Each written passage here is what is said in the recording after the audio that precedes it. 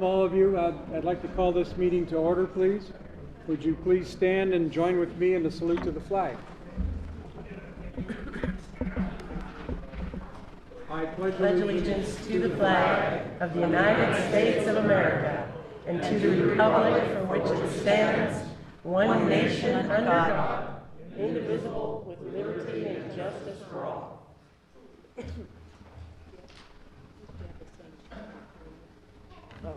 You're probably going to have to hold that close. Yeah. There you go.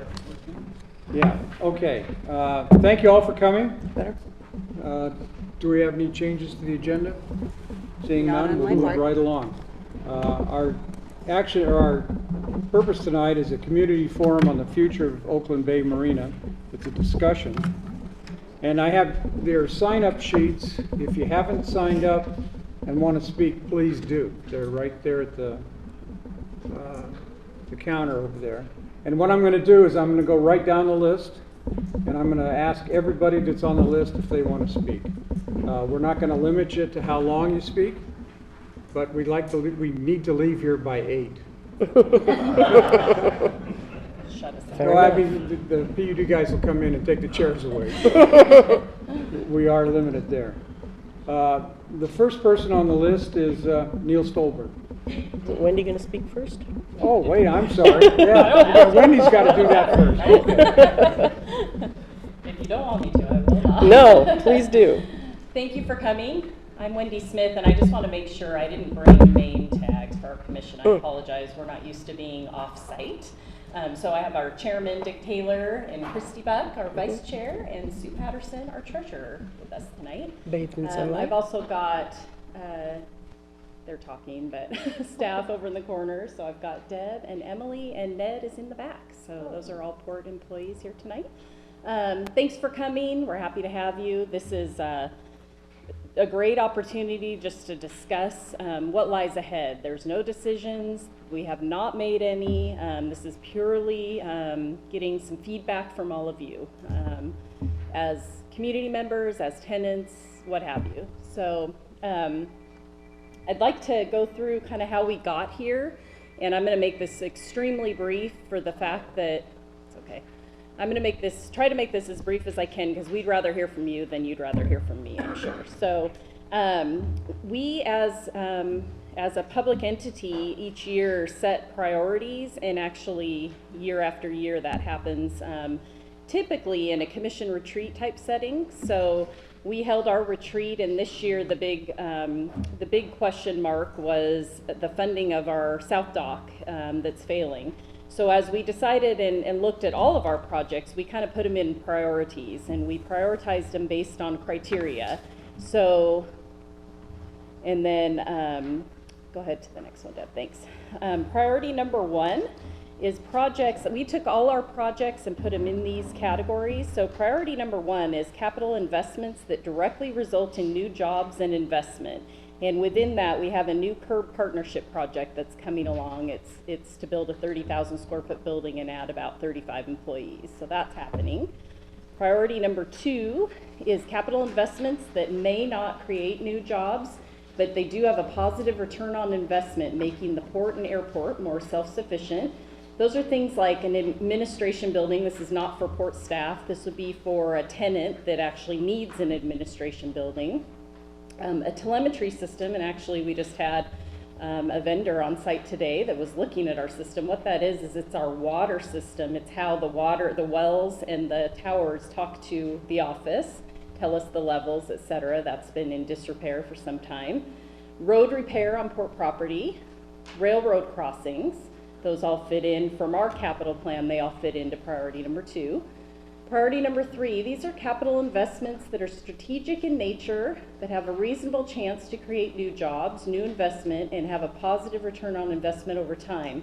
This could be, this is on our capital plan for the next 5 years, a commercial or aquaculture dock, decommissioning the fairgrounds, so taking down the buildings currently there to plan for future aviation use. Any property acquisition at the Marina and the airport, those are budgeted. And Capitol Hill utility extension, that would be out here the Capitol Hill Road, extending utilities down that road for future opportunities. Priority number 4, these are capital investments to maintain and or enhance infrastructure using primarily financial resources that are other than port resources. This would be if we did something, say, for the boat ramp or the pier, those could be grant funded, hopefully. Runway or pavement overlay, that definitely is grant funded, it's happening next year. And then taxiway lighting, so airport projects that are large in size. And then priority number 5 are capital investments that do not create jobs and have a low probability of creating any return on investment. And that's unfortunately where the South Dock replacement fell. Does that mean it's not part of our plan? No, absolutely not. It's on our budget plan. It's just that it fits into that category because it doesn't create a lot of jobs and it definitely doesn't pay itself back. So moving on from there, we have we have a couple tenants now that are expanding to just the point of they keep building and building, and the employee base adds more and more. So that means they're taking 5,000 square foot and then they're adding another 5,000 square foot building and another. And so they're housed in 4 to 5 of our 5,000 square foot buildings. So they're looking for an opportunity to consolidate into a 20,000 square foot industrial building. So if we were to go and build that, we have a cost estimate of around $2.6 million. The jobs that creates is around 50 to 80, give or take. The jobs that it would retain would be about 80. The return on investment is that the port receives a new building and land lease and is paid back for the entire project through lease payments. Who would win in that scenario? The port taxpayers, Mason County, businesses needing space, and job seekers. And who loses? No one. The South Dock replacement, our current estimate is around $2.8 million. Again, only an estimate. Jobs created for the replacement of that dock is 0. Jobs retained, we're guessing 10 plus or minus aquaculture jobs. The return on that investment would be we get a new dock with pilings and electrical is paid back through higher mortgage rates. Who would win? The current and future tenants, 101 slips in the marina willing to pay higher mortgage rates. And who loses? The current industrial tenants that need expansion and the port taxpayers that don't utilize the marina. And that's just saying that if we had to pick one or the other and we did the replacement of the South Dock and we couldn't build a building, that's why that would be a loss. So this, really hard to read, and we can send this in a better format if anybody needs that, is our actual cost estimate from our Anderson and Associates. This is based on a 50% design. This is not by any means a go-to-bid piece of work, but it's something to start with. And so you can see that estimate there. And it just breaks down each item so you can see what the costs entail. And then this map just shows, and it's kind of hard to see with the bright light in here, but the red, I don't remember which is which, but the red indicate slips that are, I can't tell by, They're members, I can't read it. They are taxpayers in the district. The red are the taxpayers. Yeah. Outside. The red are outside the district, and the okay. green, I can't read my little teeny tiny one. Sorry about that. So it just depicts who the population in the marina is, and then the next slide actually just shows that as the number of marina tenants that live in our district. It's 36 out of 101 slips, and then we have a total of 14,563 voters, so that's how that shows. So breaking this down, if we took back the maintenance and management of the marina in around 2006, from that time over the course of through the end of last year, we've received in revenues 2.5 million-ish. We've expended in just general maintenance about 900,000. We've received almost $200,000 in grants. And this is mainly our floating restroom and the pump out. The total capital expenditures were 2.1 million. And then the net before general administration costs, so that was a loss over that amount of time of $339,000. And then you add G&A, which we took That's a cumulative of like a 12% of our G&A based on the revenue coming in, and that's 1.6 loss. And then, or I'm sorry, not loss, but amount added to the already loss is a net loss over the course of the 11 years of 1.9 million. So if we go to the next one, that just shows it graphically. So the far left with the yellow on it is that total I just gave you, that's every year. Each year after that just shows year by year. So you can see that some years are better than others. Less capital projects is really what that comes down to. So if we move on one more, this just shows if we go out and get a loan for about $3 million, we're guessing the interest rate could be about 6%, and we're basing that mainly on kind of a high-risk loan. It could be lower, but when I say high risk, only because all the mortgage agreements are currently 30-day, and so at any given time I could get notice from every one of the tenants that they're leaving, and so we're just guessing that it would be higher risk than most. The estimated term, 20 years. Principal, $3 million. Estimated interest, that's $2.2 million. Awful. So total, that's $5.2 million over the course of 20 years. Move on. So if you break that down to a per slip amount, if that's the way we were to do it, number of slips is 101. We currently have 7 that are vacant, so that takes 7 out of that equation if we did it that way. Cost per slip is over 20 years is $51,487. Annually, that'd be $25,074, and monthly, that'd be $215. These are total estimates. These are just based on that $3 million figure at 6%. So that's just where we're coming up with that.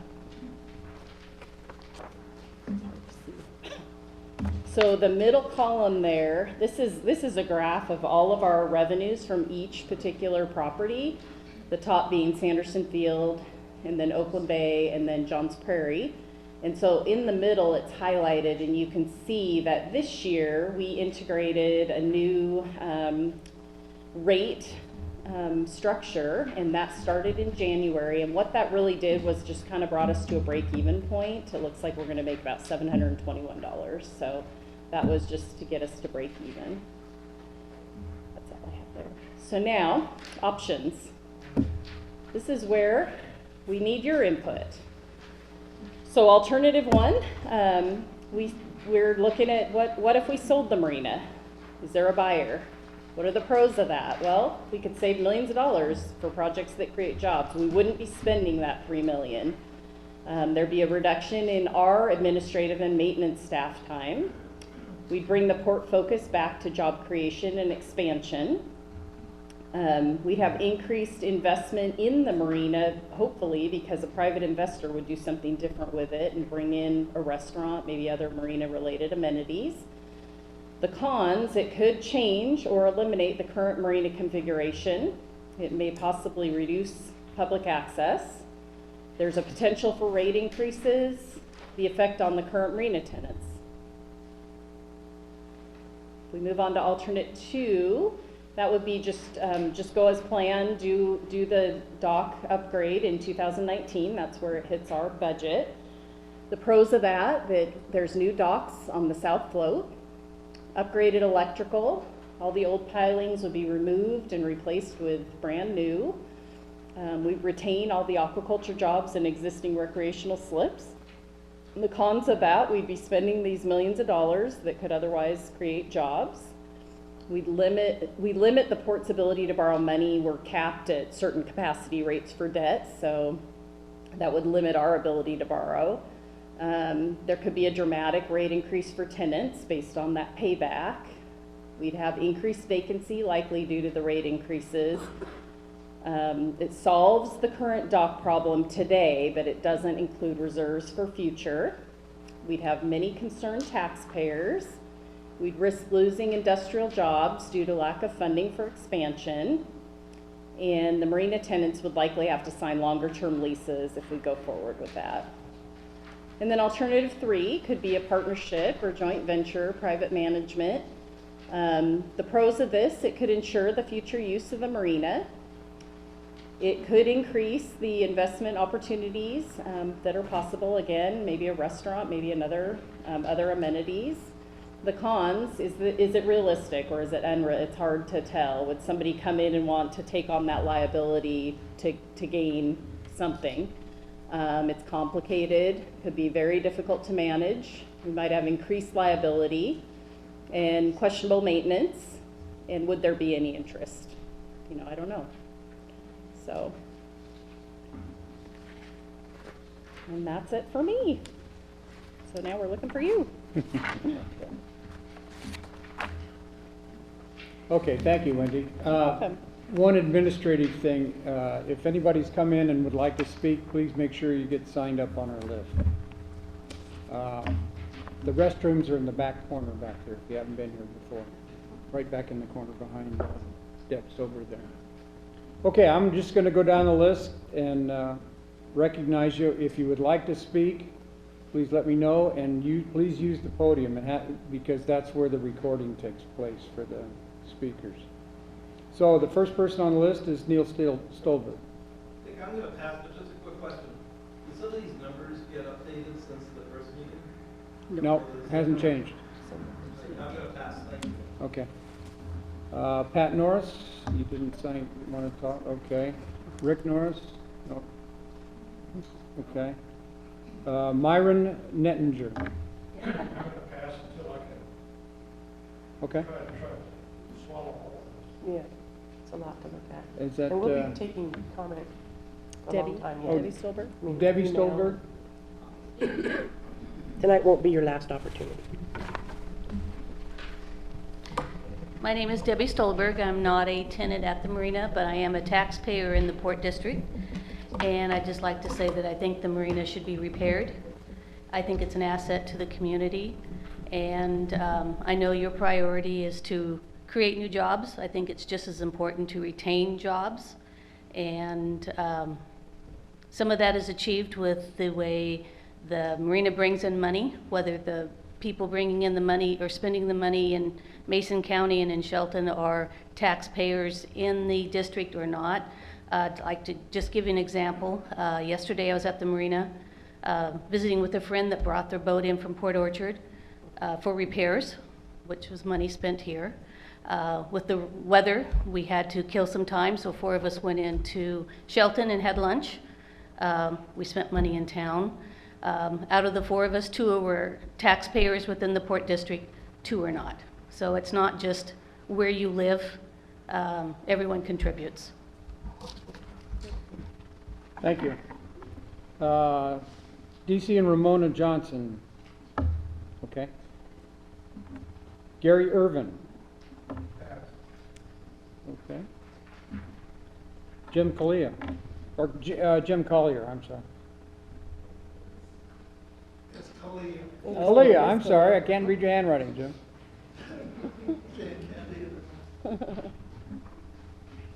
A side note on Kalia, my wife's mother passed away when Jane and I were married at about 40 years at that time.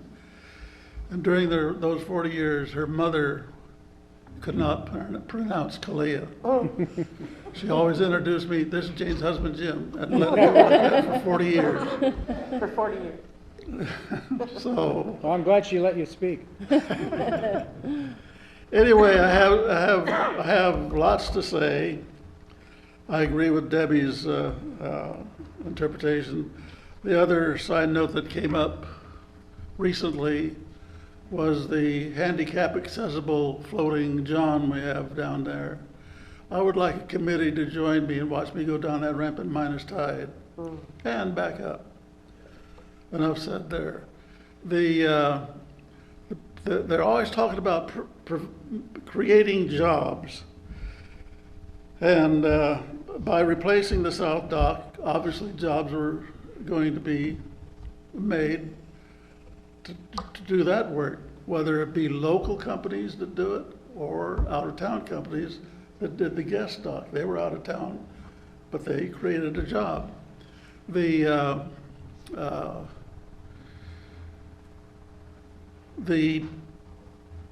port Well, this goes back to my previous life.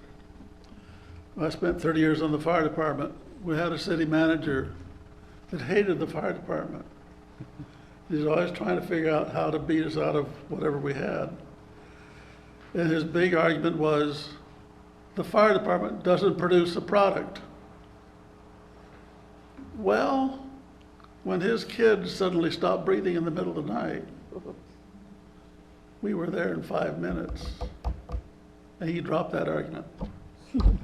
So the Marina doesn't produce a product except now that with the Flupsies in there, and they create jobs. The business of creating jobs is all the boat owners, all the tenants down there spend money in town, and maybe a lot of them spend money out of town to maintain their boats, to buy products to put into their boats. When they're going on a cruise, they go to Safeway or Freddy's and fill up on groceries.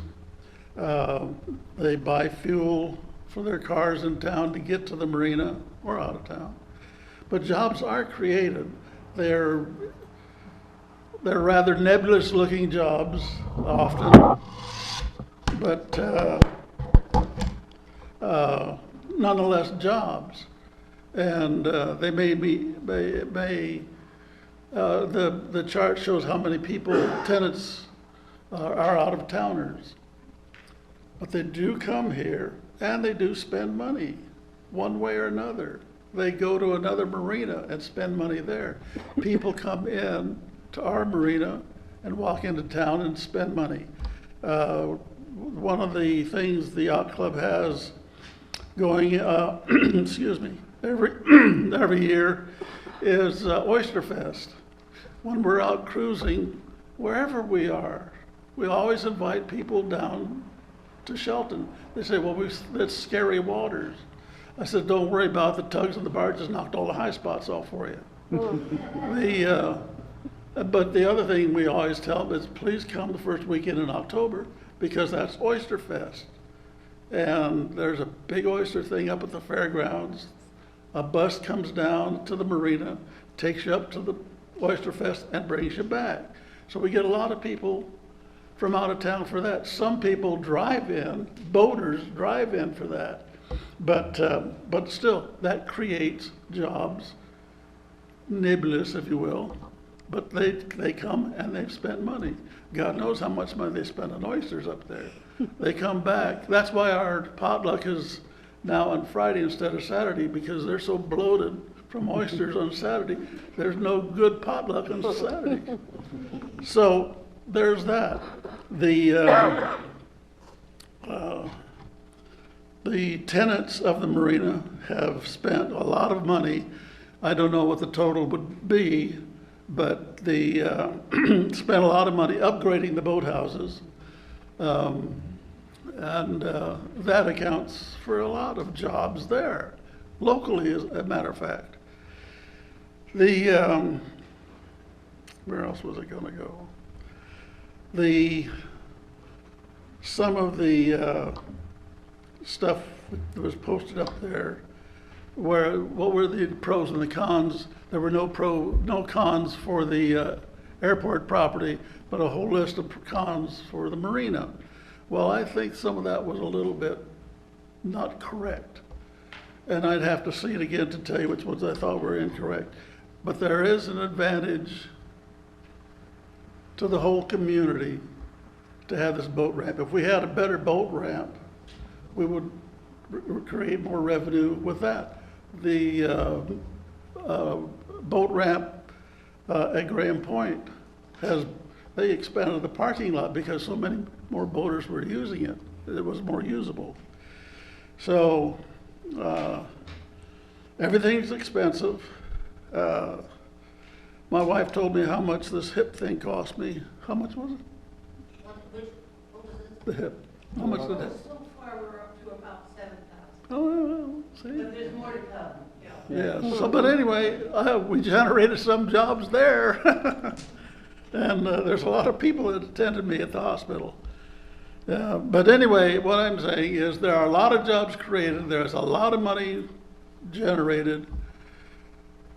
It doesn't appear you know, there's no cash register thing on the marina board that says so many dollars were spent today at the marina. The Flupsy people make quite a bit of money. That doesn't show anywhere, except for probably taxes.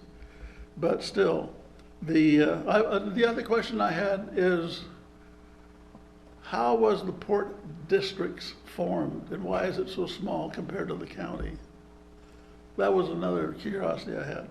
But I could go on for a long time. I'm going to let somebody else have it before my wife throws things at me.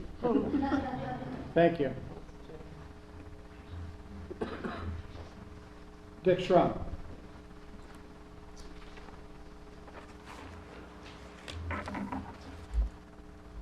I'm Dick Schrum, occupy boathouse number 74 for probably about 28 years.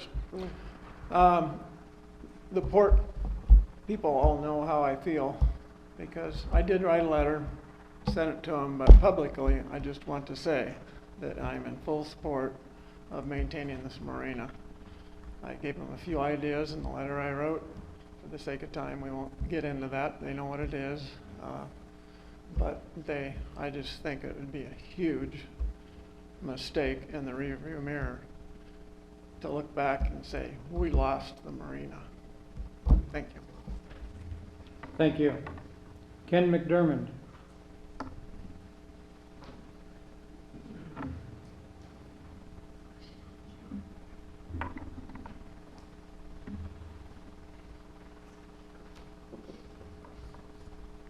Well, I am too interested in saving the marina and developing it as you have planned here. But my question is, what happens if you sell a marina or don't do this plan that you have?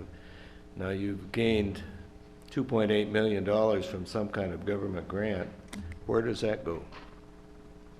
We haven't gained. No gain, just we wouldn't spend those dollars. There's no grant. There's no grant.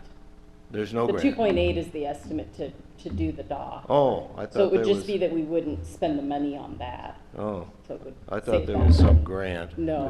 There's No, not? I wish. Yeah. I wish. Okay. Well, needless to say, we have a boathouse at the marina as well, and we're interested in you doing the $2.8 million project. Thank you. Thank you. Norm Everett. Okay, Norm. Steve, okay. Steve Marlowe.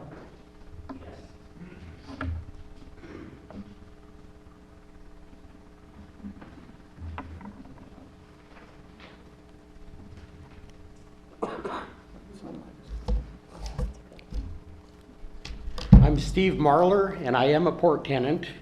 I have a few points that I'd like to bring up regarding this, so I'll try not to drag it out too much. Some have been briefly talked about with other people in prior meetings. I've watched the videos of them, as well as the video of the commissioners meeting and Wendy's with the web TV. One first point is that the marina has always been a public marina and not a private marina. That was pointed out and kind of alluded to that it's a private marina, but it isn't. When the management was done by the yacht club, there was a very diligent effort put to always make sure that there was at least a 50% public and non-yacht club membership as far as the tenants in the marina. We did not want, as a yacht club, to promote the idea that we were being partial to just our club members and only allowing them into the marina. It has always been a public marina for the people of the county and regional area. Way back, the port took back the marina from the yacht club as far as management. One of the primary reasons they did that, they told us at the time, was so that they had to maintain the operation of the marina for at least a couple years prior to going into development and enlarging the marina and developing a larger, more favorable marina for the region. At the same time, if some of you remember, the same time frame as that was going on, the city was also developing projects to do some infrastructure along the Highway 3 through the pear orchard area. They borrowed money in grants and developed engineering, had part of the work done as far as engineering and planning, and then possibly due to the economy, possibly due to lack of diligence, that project was basically put on the back burner, and eventually the city had to return that grant money, including what they had spent on engineering for work that was never done. The port and the city kind of worked together way back. This has been a couple generations of commissioners and port management. This is a long-term goal to improve the pathway from the water up to the city of Shelton and to create a more inviting aspect. As you see right now in the papers and listen to what the commissioners are talking about, there's a lot of unhappiness about the fact that businesses haven't been growing. The city's looking to hire somebody else to come in and study again how to improve Shelton as far as getting people to come here. If we do things like let our marina go to hell, that's certainly not going to do it. We have to look at all aspects. The port took on the approach with having all the boathouses upgrade their appearance because the curbside view, looking at it from the highway, was a patchwork of rust. If you look at it now, it's uniform, all nice, clean, white roofs, uniform in appearance. It's substantially improved. The curbside appearance that the marina tenants have done has gone over and above. Some of them took a little longer than others, but it still happened.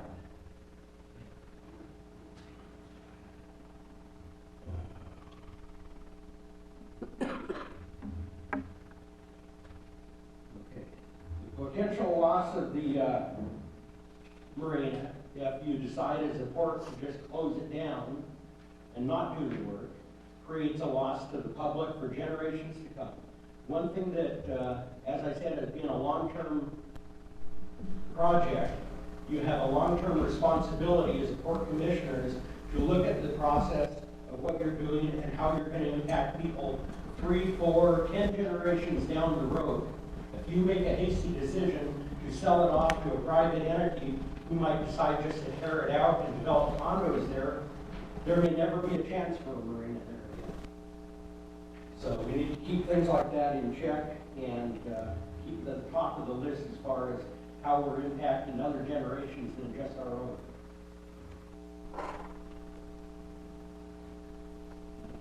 When the port took over the marina, roughly, what was it, 12, 13 years ago? 2006. They had a company come in by the name of Capperts. They were a marine construction company. They built docks, did piling work, repaired on docks. They did an infrastructure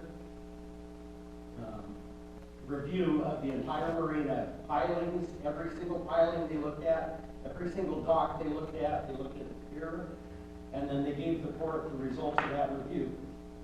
Some of the things that they had on the review, the port took their advice and followed through and did those things. Things like removing heavy truck traffic off the pier by leaving the trucks off of the pier and only using it for minimal usage other than foot traffic. They've lengthened the lifespan of that pier substantially.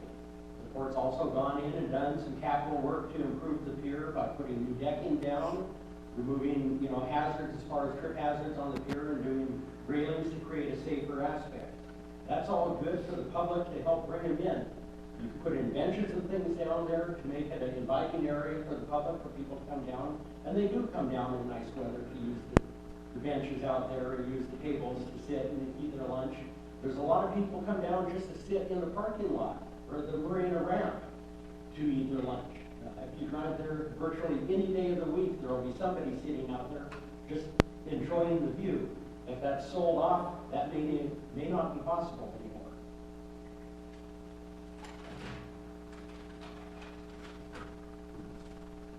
The last thing that I need to bring up that I want to bring up is the way the court reviews the facility of the marina as far as its rate structure.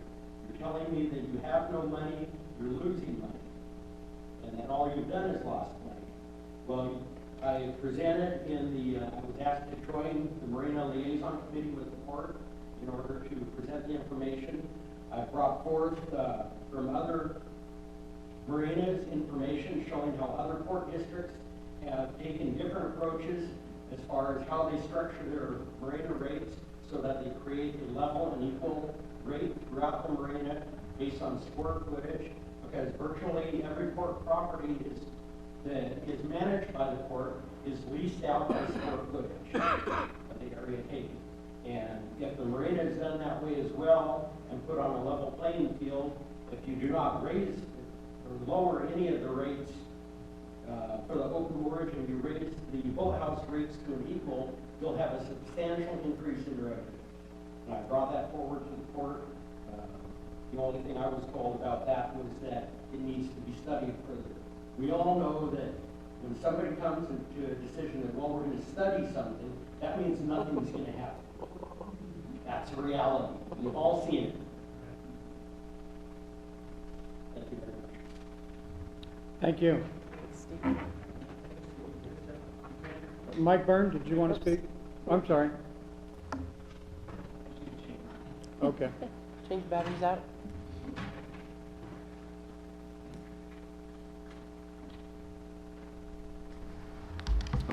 Thank you.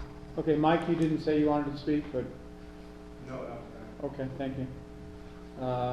Roger Ewart? Okay.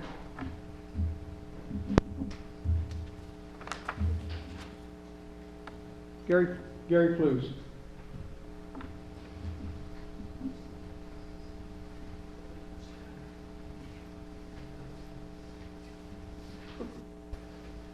I hate to complain about it, but the sun is killing me. Oh, no. You need your vitamin D now. Yeah. I Love just the had my vitamin eyes D. dilated from the doctor. I'll try to be real brief. No problem. I thought that was a hint. No. Okay. Members of the commission, Wendy and staff, like to thank you for the opportunity to be here and make a few comments on the proposal. I'd like to say first that I listened to Mike Byrne, where's Mike, via my internet, and I want to commend him for what he had to say and support him virtually on all the points he made. The lease issues, which I think are substantial, the public part of this thing, which is substantial, and the way it's laid out as far as improvements. Mike did a good job in putting that together, and I support what he had to say. At one time, we did have a plan for the marina. And I can't recall how far back, how many directors, I think it was 3 when Bob was the director, that we put together a group and came up with a plan. And the plan called for an improved parking lot, which actually came about, and talked about creating a corridor between the marina and town so that when people came into the marina, they could get into town without being attacked by blackberry bushes and things like that. In other words, there was a public element to this plan that was pretty good size and broad. And it extended over onto the Simpson property. And I supported that, and the commission supported that at that time. So my word here is, I know it's a public marina, and I think we need to expand our scope and take care of the public as well. And we're doing a little of that, but I think we can do a lot more.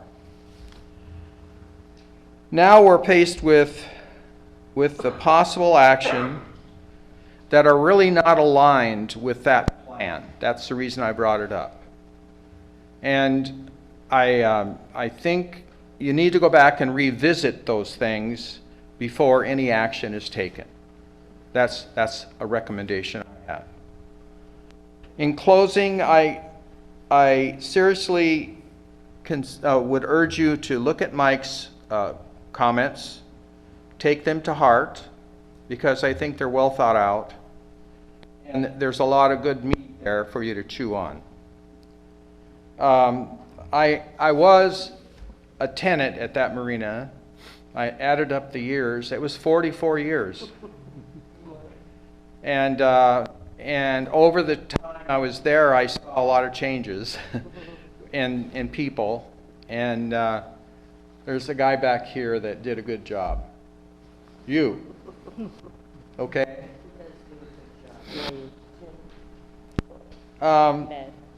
So I just want to say as a side note that most of the folks that have boats down there are not rich. I know the implication is that we're all rich. We all have boats, you know, but we're not rich. We're just people that saved our money and bought a boat and enjoy it. We could have got an RV, you know, whatever. So if we can get rid of that stigma of us all being rich, that would be good. So I guess in closing, look at the stuff that we put together in the past. Keep your options open. Look at grants.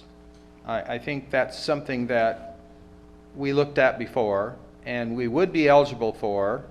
We have a commercial component now, and that's part of the requirement in the grant, that you have a commercial component.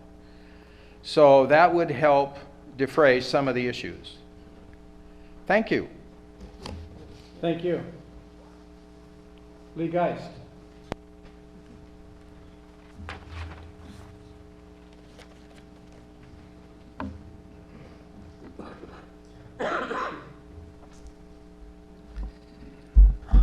My name's Lee Geist. I don't live in the district anymore. I did at one time. I did have a boathouse in Shelton at one time. We've heard quite a bit about the port lately. I'd really like to make sure you guys maintain sole ownership of the marina. And don't forget about the recreational opportunity that's created there. It's the only access to Puget Sound that's inside the city of Shelton. That's rare anymore, for people to go right to Puget Sound and enjoy it. You guys have a tough job.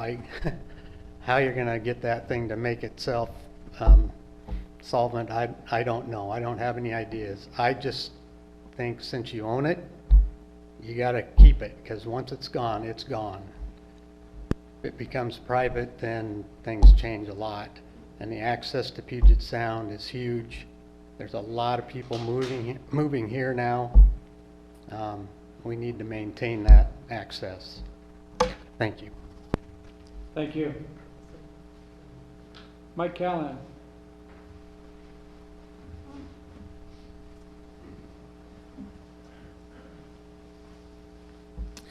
Mike Callahan. I got a boathouse there 3 years ago, and I was pretty happy to be part of become part of the Shelton Yacht Club and part of the marina there. My boathouse number is 86. 86 is the term that they use in bars being kicked out. I don't particularly want to be kicked out. So I just, but anyway, my wife and I came here 25 years ago. We drove into Shelton. We were looking at property on Harstein Island, and we went to the little caboose down there, Chamber of Commerce. And we said, yeah, where's the restaurant on the water? Well, there is no restaurant on the water. The girl just laughed at us. The yacht club, it's a public place. Where else in Shelton can you go to get down on the water in Shelton? You can't. And I think that would be a terrible loss. The gentleman who mentioned condos scared the heck out of me. But I think that the marina is a valuable asset, dollars and cents wise, I don't know, but as a community, I think the marina is a valuable asset that the port needs to hold on to and figure out a way to maintain. Thank you. Thank you.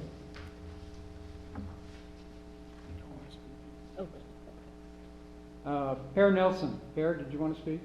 No, I pass. Okay, thank you.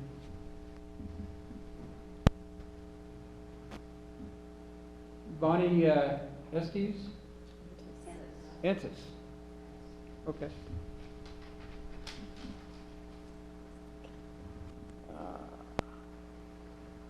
What is it? Beth and Chris Ogg, would you like to speak?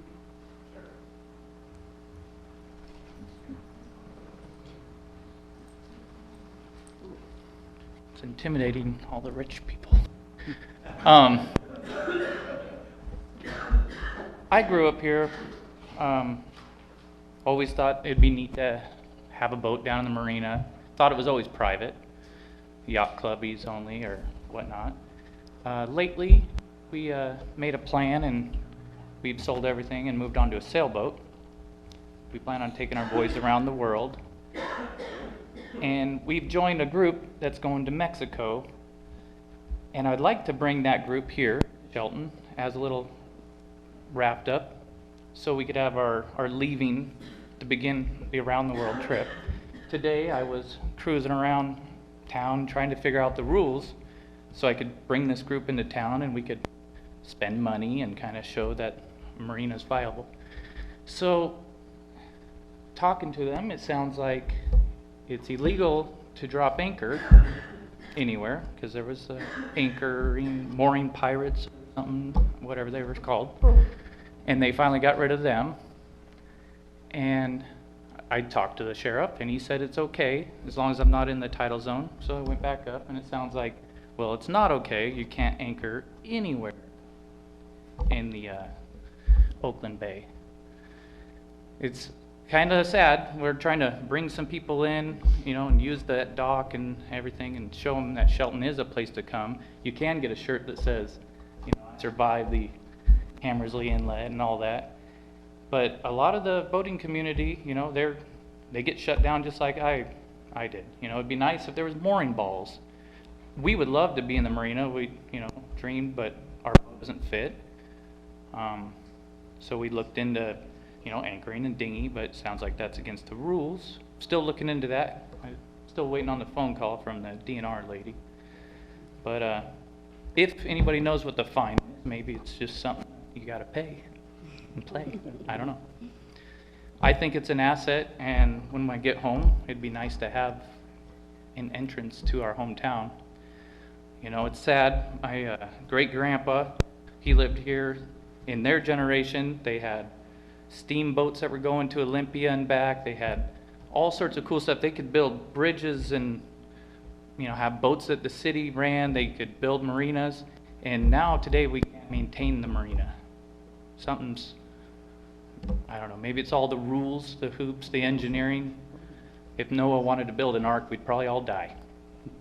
Anyhow, thanks for letting me speak. Thank you.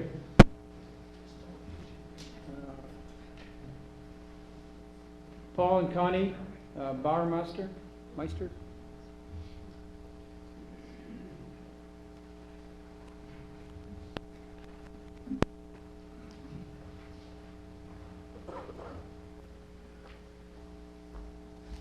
Hi, everybody. I will try and keep it short. I wasn't planning on speaking. I see a lot of really familiar faces here, a lot of boathouse people I've met, a lot of people I've met at the Shelton Yacht Club. I will warn you, though, I haven't stood in front of a podium in a crowd of people in a long time. But last time I did, I was teaching first jump course for Kapowson. And when I did that, after I talked for a little while, if I do that here, you'll all be ready for your first skydive when I'm done. So I'm not doing that anymore, but I'm familiar with the airport and the skydiving community there. I have a boathouse. I'm out of the Port District. I bought Boathouse 91. I bought it from a fellow named John Bollender. I'm sure everybody knows him, or many people do. He told me that he had a seat on a committee here, or on a public committee that was giving input that was going to be vacated with his absence. And I filled out paperwork to get on that, and I was turned down, told that the port didn't want it, didn't want to add anybody to it. I never pursued it. I never asked why, but that's partly why I have decided to speak tonight, because I'm hearing and seeing for the first time here some decisions are being made between the airport and the port. And I want to say first that I support repairing the marina, and I wholeheartedly support the city of Shelton keeping ownership of the marina. I think it would be a foolish move for the city to not maintain that ownership. I've spent... One direction, but the city doesn't own it. Oh, okay. The port. The port. Or the port, okay. I think that the port should maintain that control. I really need to yield most of my thoughts to a lot of the folks that are here. I know there's a lot of people here that have really strong feelings about the yacht club there and the boathouses that have probably spoke 10 times about things in a lot of different ways that I support. So I really want to see that. I want to see the marina kept, supported, and grow. I think it would be a foolish move for Shelton not to have it.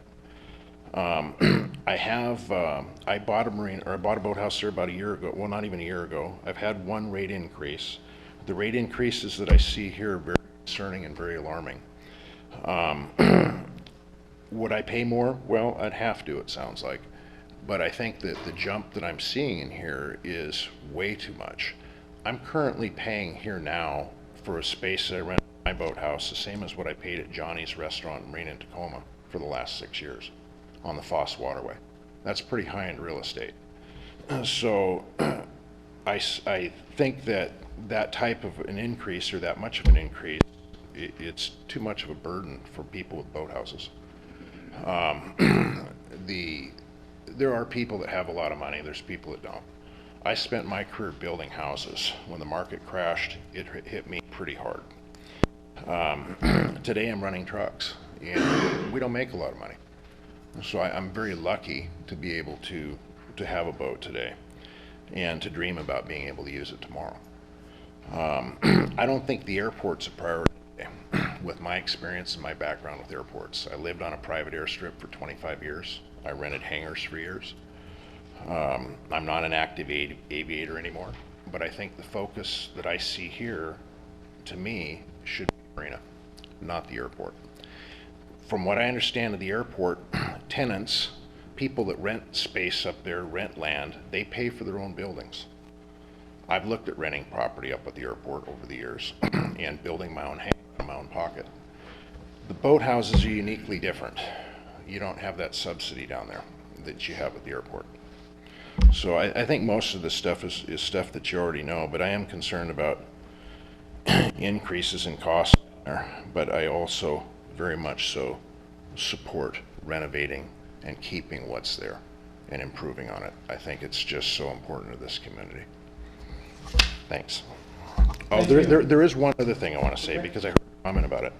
And I made this comment when I first looked at buying something here versus in a yacht club.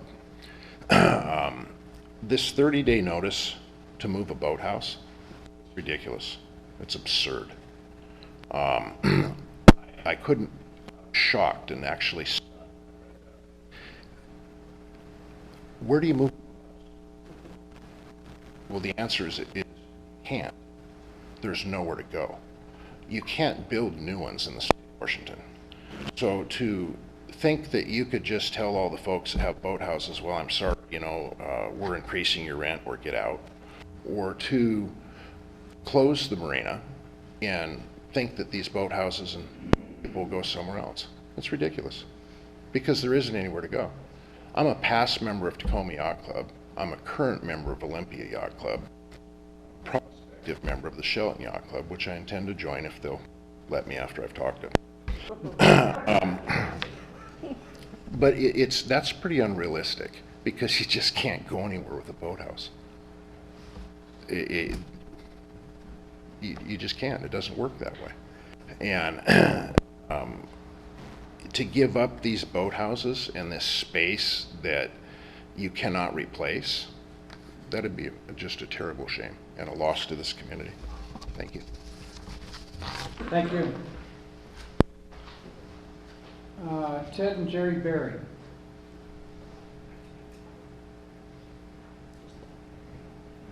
Ted Berry?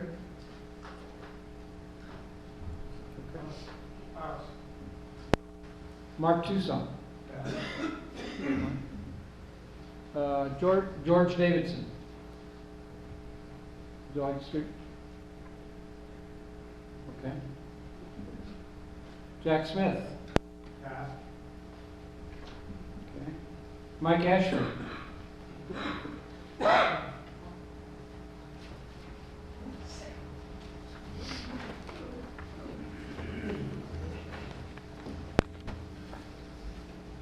Hi, I'm Mike Ashford. I am a tenant at the Marina, boathouse number 100. And I just want to say that I think the Marina is a community asset. There's a lot of intangible benefits of having that marina, and it is a public marina. And I just want to say that I am in full support of keeping the marina and maintaining it. Thanks. Thank you.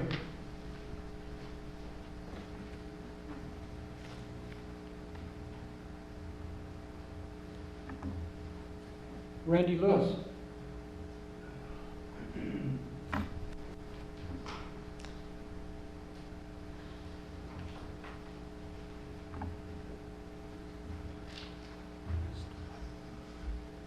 Long walk for an old guy. I think maybe I'm going to play devil's advocate a little bit. In general, I'm the village idiot, and I came over because I'm interested in the port. Know little about, if nothing about this topic. All I knew about the Shelton Yacht Club. I drive by them once in a while. I always thought the name was, just to me, it's kind of weird. It's like, okay, do we also have like a Camelchi polo team or something? Anyway, I did have a question. You were talking about 12% you're attaching to the loss statement. Some kind of, is that an allocated number? Is that a direct cost for maintaining the marina, or how does that work?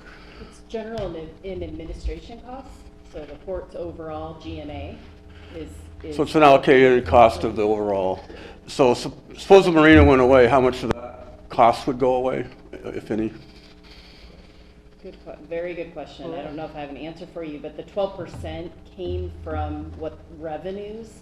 So they're different allocations depending on what revenues were coming in. So the 12 for the marina was different than Sanderson Field, which was different than right, but it seems like it's more of an allocated cost than a direct cost incurred just because the marina happens to be there.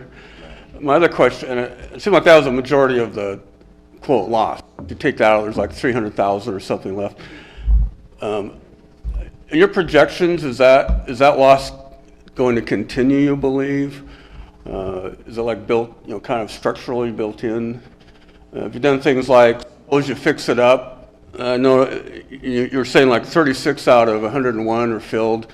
The empty ones, would you expect to attract new boats in there if you're fixing things up? And did you project like gain and loss and all those kinds of things? We have projections, they're not listed here, but the projections would include replacing that dock for that $5.2 million over 20 years. So 3 million off the top and then each year. So the projections show a loss. We don't have a slide for it. We don't have that here. We can get you more information if you want. The 36 number was how many voters in the Port District are in so there's 101. There's only 7 vacant slips. I see. Yeah. So the rest, so you have like 101 total, of which 36 are so the rest are actually generating outside revenue into the community, it sounds like. correct? Do they just live elsewhere? They don't live in our port district? I think it's important, is this a structural loss depending on what you do or don't do? I'm one of the 14,500 taxpayers in the port, and even for 100, I guess the question is the general good generated by having a marina worth it to the rest of the 14,500 people over and above the 100 that are there? Is it fair to ask us to subsidize it, if it indeed has to be subsidized, so a bunch of rich people can have boats down in Shelton? I'm kidding on that. I know you're not all rich. I think if you're going to do anything substantial or kind of a threshold thing, do you sell it? Do you keep it? Under what conditions do you sell it? If you sell it, can you do things like if you buy it, you must keep a certain amount open to the public, whatever. I don't know if that's possible or not. But my point is, I think there should be some input or vote or something from the rest of the 14,500 if you're asking us to subsidize having a marina here because you feel it benefits the general good. I think that would be the fair thing, and if you have a good argument, yes, it does benefit the general good, and not just a very small fraction of people, then you would win that vote. Anyway, those are my comments. Thank you. Thank you. Ty Leslaw?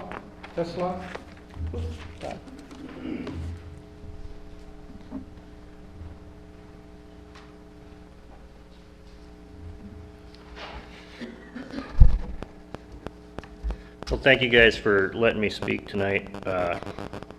My wife and I recently moved to Shelton. We've only been here for about 4 years now. The reason that we came to Shelton was because the access to the water. I mean, we love the South Sound. It's the greatest asset the community has is our waterfront. Now, Shelton, when we were thinking about moving to Shelton, we looked everywhere else but Shelton because of the reputation that the city has. And when we moved out here, you know, we had a hard time fitting in. You know, we're more liberal. We didn't know anybody that lived out here. And then that all changed when we met the members down at the yacht club. For the first time in a long time, we have felt embraced by a community, and it's not just the yacht club members, it's the whole scene at the marina, the people that work there every day, the people that are growing shellfish in their boathouses trying to make a living. You know, my wife now works down at the marina part-time, helping people out, and I was down there earlier today working on a boat, and we've been tenants of the marina. We would like to be tenants of the marina again. We would like to buy a boathouse, but right now we're just scared to death to do so because we don't know the fate of the marina. So there are people that are willing to invest in that marina, but we just don't know what to do. So looking at Shelton, it seems like the town can go one of two ways. It can degrade farther and kind of head more towards Flint, Michigan, or we can invest in the marina and become more like Tacoma waterfront or Gig Harbor waterfront or Bremerton waterfront. You know, nobody wants to go to Gig. Everybody wants to go to Gig Harbor. Nobody wants to go to Townsend. Everybody wants to go to Port Townsend. Every place in Western Washington that is special and unique is special and unique because of their marina, because of the port, because of their waterfront. And we have the ability to do that here. It may take some infrastructure, but you know, we have that ability. It's in our grasp. The other thing I want to talk about is the history of the club and the history of the marina. When we first joined the club, there was an older gentleman that spoke about Oyster Fest and how the entire bay from one end to the other was boats rafted up next to each other. And the history of the working boats down there, pushing logs around. There's a lot of history there. And we're the new generation. I know I'm a little older, but we are the new generation coming in. My kids are the new generation coming in. And I think it's imperative that we have that marina there to bring them into boating. And, you know, I'd really like to see my kids grow up on the South Sound. And to be honest, if I can't do it here, you know, I'll go down to Olympia if the marina is no longer available, because that's where our interest lies. But anyways, I'll everything else on my list I think other people have spoke to, but I'm in strong support of the port maintaining the marina, and thank you all very much for your time. Thank you. John O'Sullivan, do you want to speak? Okay. Walt Waring, did you want to speak? You said no, but you got a chance. Okay. Okay, we have nobody else left on the list. Okay. Sure. Okay, go ahead. When I tell you what I'm about to tell you, don't shoot me. 'Cause I moved up here from Southern California. We like the money. I served as a public servant for Los Angeles County Metropolitan Transportation Authority as maintenance director and superintendent of maintenance. At one point in my career coming up, I managed what was called a regional rebuild center. I had a budget approaching $220 million a year. And the color of money is very interesting to me. And what jumped out at me right off the bat was $1,200,000 plus for Sanderson Field. Now, I think we need to look at the color of that money. For instance, Sanderson Field is a quasi-industrial complex, is it not? Yes. Okay. Now, when you look at the money derived from those leases for industrial purposes, that's one color of money. Then let's look at the airport. We have a skydiving outfit out there. I'm an old private pilot. But I suspect that if you looked at the amount of money that is generated by the airport per se and separated that out from the industrial complex, it's not going to be anywhere near $1.2 million, is it? No, it's not. So I think we need to be careful what we look at and how we compare apples and oranges instead of apples and rutabagas. And that's kind of what this budget does, in my view. So I think we need to look very carefully at what the marina generates and what the airport itself generates, separated from the industrial. Whole different ballgame. Just a thought. And I think you might be surprised at the result. I'm in support of the marina, without a doubt. Please consider what you're going to do very carefully. Thank you. Neil? My name's Neil Stolberg. I owned a boathouse at the marina for 15 years, and a boat. I sold them January or so, and plan to buy another boat. I'm looking.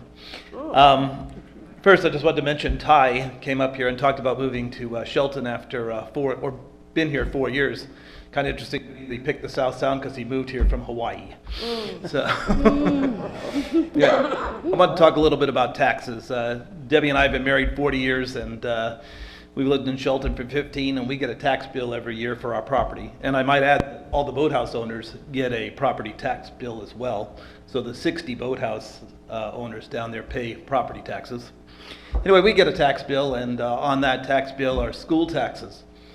Debbie and I have never had any kids. I don't have any kids to go to school, but I pay the taxes because I'm a member of the community. I pay for libraries. Debbie's been in the library once in 15 years, and that was so she could sign up to get electronic books, but we We don't go to the library. We don't go to the parks in town. We've never had a use for the fire department or the police department. But we pay because we're members of the community. And everything that happens in the community brings everybody together and makes a community worthwhile. That marina is a part of the history of the marina. I don't know how old that pier is in the marina, but I know there's a picture in the yacht club that's probably from, Dick probably knows, the 1920s, 30s. That pier's 100 years old. I think that the port has a duty, for a lot of reasons, to follow through and figure out how to make this work. Thank you. Thank you. Please.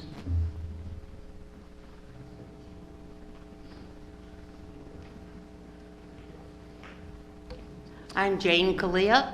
I have a boat and a boathouse, and in fact, I mailed in my taxes the other day, and I approve of taxes because I don't want to build roads and I don't want to do all that stuff just by myself.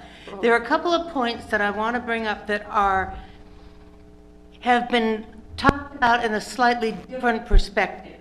But one thing is I did some scratching. The importance of the yacht club. If you get rid of the marina, there's a very good chance, or it changes hands, or there is a radical change in policy, that the land and the yacht club we will lose these. Now, the yacht club, in this group are yacht club members. I love them. I need them. This is a strong social group for people like Jim and me, small family. We have tremendous support. If we lose the marina, if we lose the yacht club, and you get that nice waterfront restaurant you've always wanted, which will go probably there, we will be deprived. We will lose something very valuable.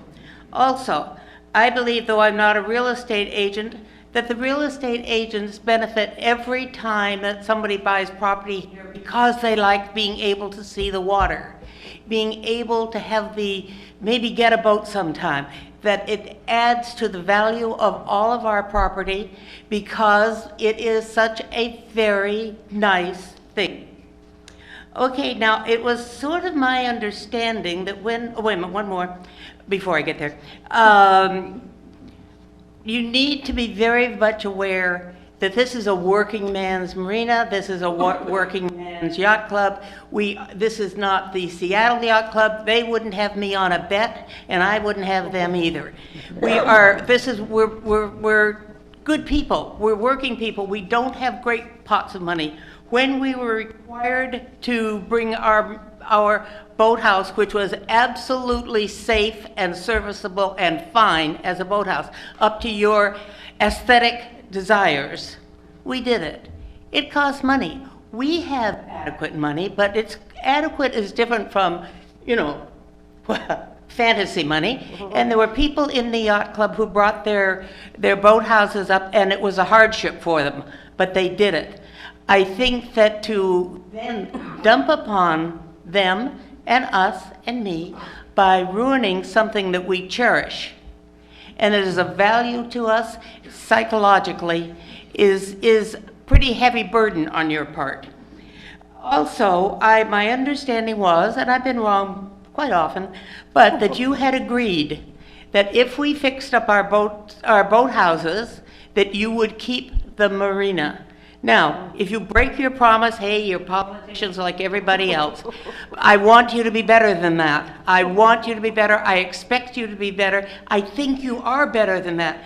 Please don't break your promise to those of us who care, as you can tell, rather deeply, somewhat passionately, about the marina, about Shelton, and about ethics. Okay. Thank you. Okay, is there anyone left? Tom? Did you figure out what that was? Yeah. Oh. Good evening. My name is Tom Davis. I don't have a boat, and I don't have a boathouse. I used to have both, but not here. I wanted to say thank you first. This is the third meeting that you've had. The the county could take a lesson from this when you have a major issue, to stagger the meetings and to allow public participation in the process, regardless of whether we agree or disagree, is very admirable. So thank you very much for that, if you haven't already been thanked. I spoke at the first meeting, and I suggested and maintained that you should sell the marina, and then I had to run for my car. I almost made it. And certainly I can understand why, because of the passion surrounding this issue. And normally, for people who know me, I always side with the community and for the amenities and so on. But this time, I looked at the numbers. Now, I don't believe, and the gentleman from California brought up several points that I had made several years ago about the airport, and we probably don't want to get into that and so on. There is a couple of points that I might have missed, and one of the points that were brought up here, and I was here not to speak, but to listen, and it's the aspect of direct, indirect, and induced revenues that come from the marina. And I don't think they've been incorporated into the decision. Certainly they haven't been incorporated into the financial analysis, because on the face of it, everything's a loser. And I approach things as a taxpayer and someone who monitors the budget quite a bit. If it doesn't make sense, then change is in order. What that change is going to be is kind of where we are today. But I'm not so sure at this point that those changes are so definitively cut as they're being presented here. And the gentleman also had brought up someone brought up the prospect of possibly putting in condition of a sale, if there is going to be a sale, if you decide that the marina and the yacht club as a tenant would stay.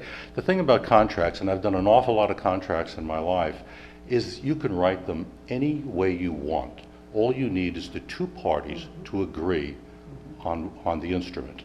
So I've seen contracts that are absolutely bizarre, and so it can go with the deed, it can go with the contract, but it can be accomplished. The one thing that we can all agree on is something has to change. I lived here I've been here 13 years in June, and I was not under the impression for the first 6 that it was a public marina. That's up to somebody to say, this is a public marina and this is a public amenity. There can be a lot to improve that impression and that image, because when you do that, then it increases the value of the amenity throughout the community. And then I don't feel so bad about paying the taxes or so on. One thing you can almost guarantee is that the slip fees are going to go up. Boats might be a passion, but they're not a necessity. And there are other necessities that take priority over this particular one in terms of our overall budget and economic standing. Also, you might consider that, and I suggested this to you at the first meeting, that the decision might have already been made for you. Because we act as separate municipalities, as if we operate in a vacuum, some things that the city does affects the port, and the city has decided, much to my chagrin, that it's going to be a working industrial waterfront. And by doing that, they have set the tone for that waterfront from what it used to be to what it will be. That entire Oakland Bay waterfront is now pretty well, this future is assured for quite a long period of time. We had an opportunity, I thought, to change the face of Shelton. We chose to go a different way, and I accept that. I don't think it was the wisest decision, but it impacts your decision, because you have a timber concern, or a lumber mill in this case, right next door. When you think of yacht clubs, you normally think of upper scale, and maybe this is for working people, and I certainly applaud that, but that's not usually what attracts people. It attracts people who already live here. But if you're looking to attract and you're looking to find a break-even point, you're going to have to expand. That thing is, if you don't sell it, then you're going to have to grow it. It has to become a major point of amenity value.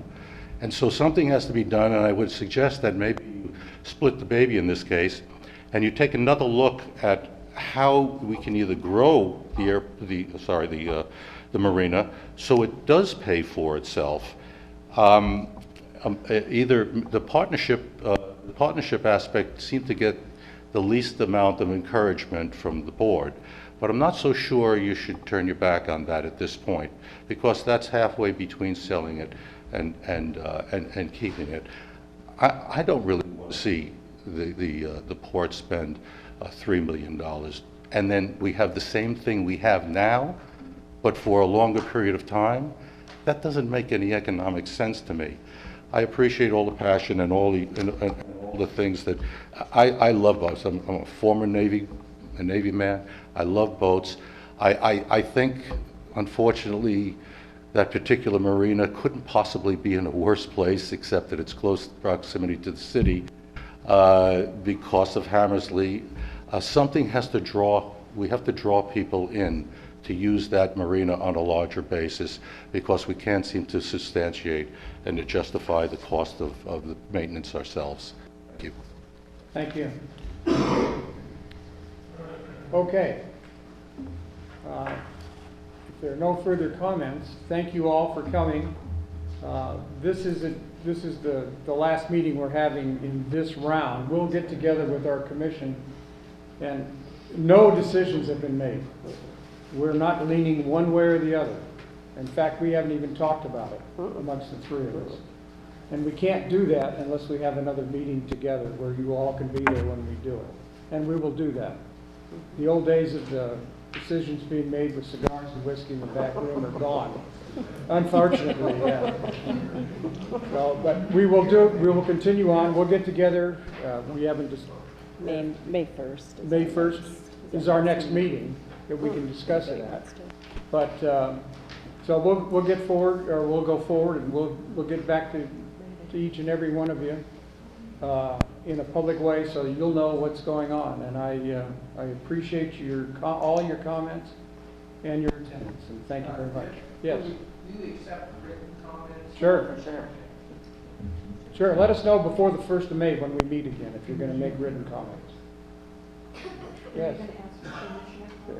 We are now at that point. Okay, Commissioner Patterson. Well, I just want to thank every one of you, especially those of you who spoke, because that's the only way we know of having, where, Rick, I'm speaking now.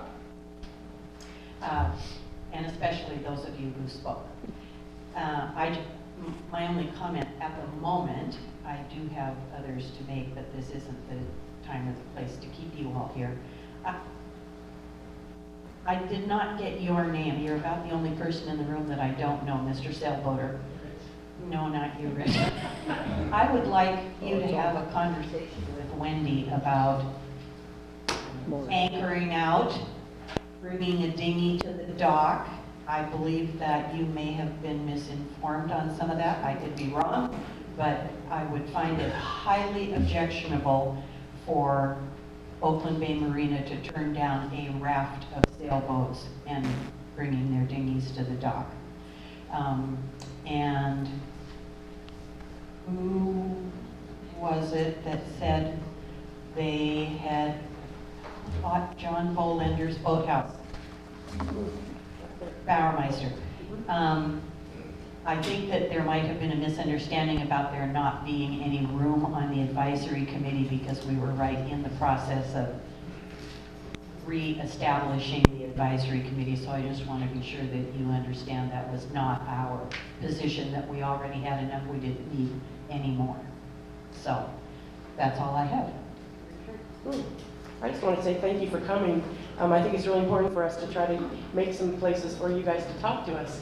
And I know it's not easy to come to a meeting and stand up in front of everybody. So I encourage you to send an email to the port with your thoughts, or we're trying to get some social media stuff out too, to pick up some comments from some people online to see what folks say that don't want to come to a meeting and speak. So, because we really do want to know what you think. We have 14,500 taxpayers that we need to find out, you know, what they feel about the money that we collect from them every year. And if we were to run some kind of a bond measure or something, what would be the outcome of that? And so I think we need to make a broader strike than just the tenants down at the marina, because obviously, you know, you guys want to keep it, and I don't blame you. So but I really appreciate you coming out tonight on the first Sunday night in weeks. Thank you. Yeah, we've got a few minutes of sun left, so. Yeah. Okay, thank you very much for coming. We appreciate your input, and we're listening to you. Yeah.